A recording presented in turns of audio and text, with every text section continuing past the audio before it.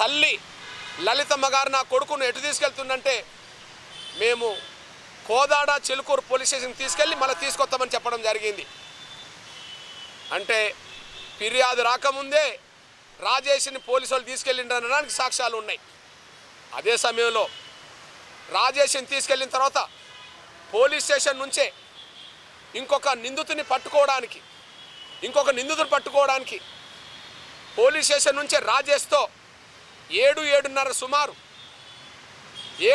సుమారు శేఖర్ అనే ఒక A2కి ఫోన్ చేస్తే ఎక్కడున్నావని చెప్పి అడిగితే నేను కోదాడలో ఉండబడే డీమార్ట్ కాడ ఉన్నా అని చెప్తే మరో 10 నిమిషాలకు ఫోన్ చేసి నువ్వు అక్కడనే ఉండి నేను వస్తానని చెప్పి పోలీసు వాళ్ళని వెంబడి పెట్టుకొని 5వ తారీఖున డీమార్ట్ నుండి పోలీస్ స్టేషన్కి తీసుకొచ్చారు. అంటే 5వ తారీఖు నాడే 4వ తారీఖు నాడే పోలీసులు రాజేష్ని అదుపులో తీసుకున్నారు. 4 సాయంత్రం 8 గంటల సుమారులోనే ఈయన ఫోన్ చేయించి A2ను కూడా తీసుకొచ్చారు.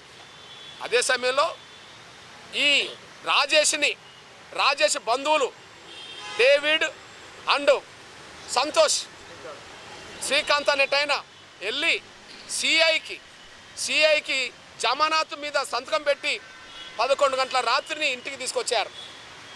సిఐకి జమానత్ మీద సంతకం పెట్టి డేవిడ్ సంతకం పెట్టి రాయించి తీసుకొని వచ్చారు. అదే సమయంలో 5వ తారీఖు నాడు ఉదయం 6 గంటలకే పోలీసులు వీళ్ళని రప్పించుకొని ఈ A4 అనబడుతున్న రాజేష్, A2 అనబడుతున్న శేఖర్ని తీసుకొని A1 అనబడుతున్న నగేష్ ఇంటికి పోలీసు వాళ్ళు వెళ్ళారు. ఆ నరేష్ను కూడా 7-8 గంటల సుమారు స్టేషన్కి తీసుకొచ్చారు. అంటే 4వ తారీఖు నాడే పోలీసులు ఇద్దరిని అదుపులోకి తీసుకున్నారు. 5వ తారీఖు నాడు A1 కూడా అదుపులోకి తీసుకున్నారు. ఆ రోజు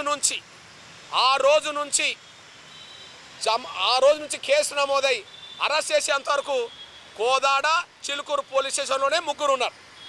ఇక రెండో విషయం, ఇదే రాజేష్ ఫోన్తో నరేష్